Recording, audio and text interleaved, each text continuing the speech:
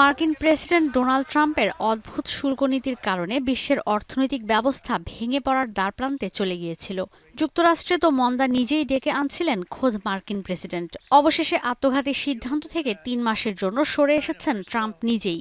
এমন অবস্থায় শুল্ক স্থগিতের বিষয়ে মুখ খুলেছেন চীনা প্রেসিডেন্ট শি জিনপিং। আধিপত্যবাদ শুধু ক্ষতি করে। চীনা সিলাক ফোরামের সম্মেলনে শি জিনপিং বলেন, বাণিজ্য যুদ্ধ কারোর জন্য মঙ্গল বয়ে আনে না।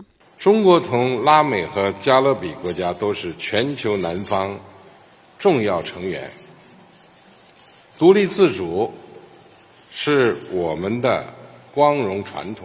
বেইজিংয়ে ক্যারিবীয় আর লাতিন আমেরিকান দেশগুলোর নেতাদের সঙ্গে এক সম্মেলনে তিনি আরও বলেন, বিশ্বের দক্ষিণাঞ্চলের জন্য ক্যারিবীয় অঞ্চল, লাতিন আমেরিকা আর চীন গুরুত্বপূর্ণ। যদিও এই অঞ্চলের দেশগুলোকে ট্রাম্প ওয়াশিংটনের অক্ষে আনার বরাবরই চেষ্টা করেছেন। শি জিনপিং বলেন, ভূ রাজনীতি, জোটগত দ্বন্দ্ব, নিজের দেশ সুরক্ষিত রাখতে গিয়ে রক্ষণশীল ভূমিকায় চলে যাওয়ার পক্ষে নয় চীন। অন্য দেশের সঙ্গে যৌথভাবে বাণিজ্য সম্প্রসারণে কাজ করতে আগ্রহী বেইজিং। 支持拉美和加勒比国家发展，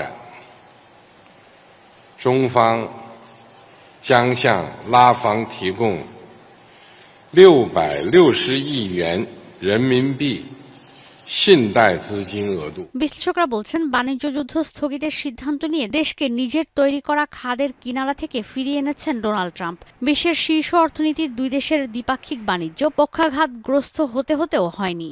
অর্থনীতিবিদরা এখনও নিশ্চিত হতে পারছেন না যুক্তরাষ্ট্রের অর্থনীতি ঝুঁকিমুক্ত হয়েছে কিনা। কয়েক দশকের মধ্যে এখনও শুল্ক অনেক বেশি। The tariff rates were probably somewhere on the order of 15 to 20%. Then, through an escalatory spiral, they rose to 145%. China's actually applied tariffs on us were even higher. And now they've been reduced to something on the order of 30%. কিন্তু কিভাবে Donald Trump চীনের সঙ্গে বাণিজ্য যুদ্ধে সমঝোতা করলেন?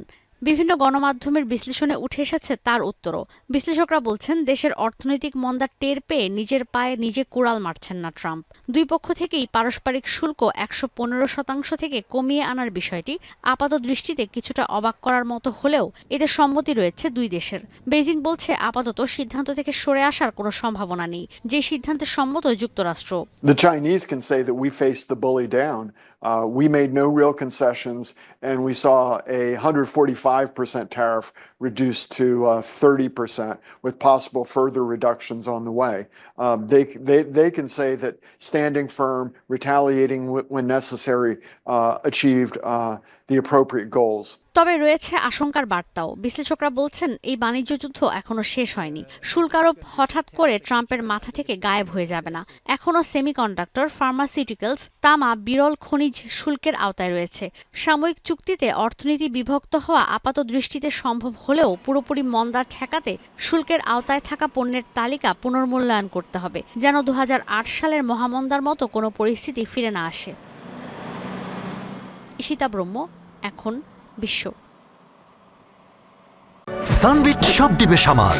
Sunbit magic press dishwashing এর মাথা ঘোরানো সলিউশন।